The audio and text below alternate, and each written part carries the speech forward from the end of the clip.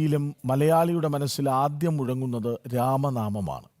കാലം മാറിയിട്ടും ജീവിതശൈലികൾ മാറിയിട്ടും ഭക്തിയുടെയും ധാർമ്മിക മൂല്യങ്ങളുടെയും പ്രകാശമായി രാമായണം ഇന്നും ഓരോ വീട്ടിലേക്കും എത്തുകയാണ്.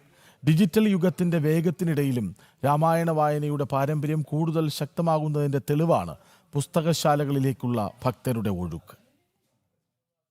ശ്രീരാമ രാമ രാമ ശ്രീരാമചന്ദ്ര ജയ, ശ്രീരാമ രാമ രാമ ശ്രീരാമഭദ്ര ജയ.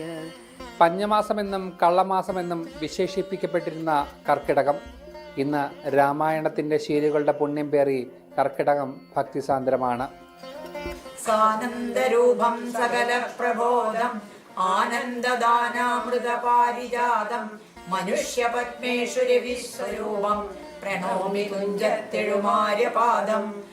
ഡിജിറ്റൽ യുഗത്തിലും രാമായണത്തിൻ്റെ പ്രസക്തി ഒട്ടും കുറഞ്ഞിട്ടില്ല. ഓരോ വർഷവും രാമായണത്തിൻ്റെ സ്വീകാര്യത വർദ്ധിച്ചു വരികയാണ്.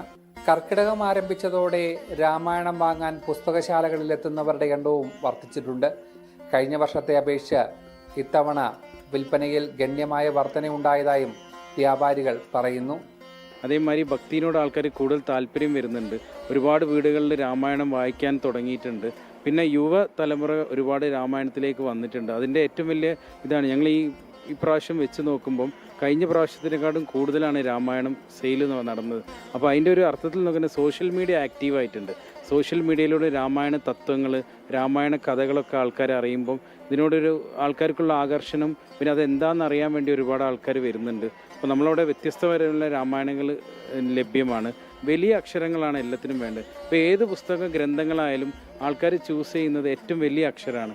അപ്പം ഇന്ന് നിലവിലുള്ളതിൽ വെച്ച് ഏറ്റവും വലിയ അക്ഷരമുള്ള രാമായണം ഞങ്ങളടുത്തുള്ളത്. പിന്നെ അത് ഹാർഡ് ബൗണ്ട് പതിപ്പാണ്. പിന്നെ ഒരു ഗിഫ്റ്റ് ചെയ്യാൻ പറ്റുന്ന രീതിയിലുള്ള ബോക്സ് ഉണ്ട്, ഗിഫ്റ്റ് ബോക്സ് ആയിട്ട്. മാറുന്ന കാലത്തിനും സാങ്കേതിക വിദ്യയ്ക്കുമപ്പുറം വിശ്വാസത്തിൻ്റെയും മൂല്യങ്ങളുടെയും പ്രകാശമായി രാമായണം ഭക്തഹൃദയങ്ങളിൽ നിറഞ്ഞു നിൽക്കുകയാണ്. ജനം, കോഴിക്കോട്.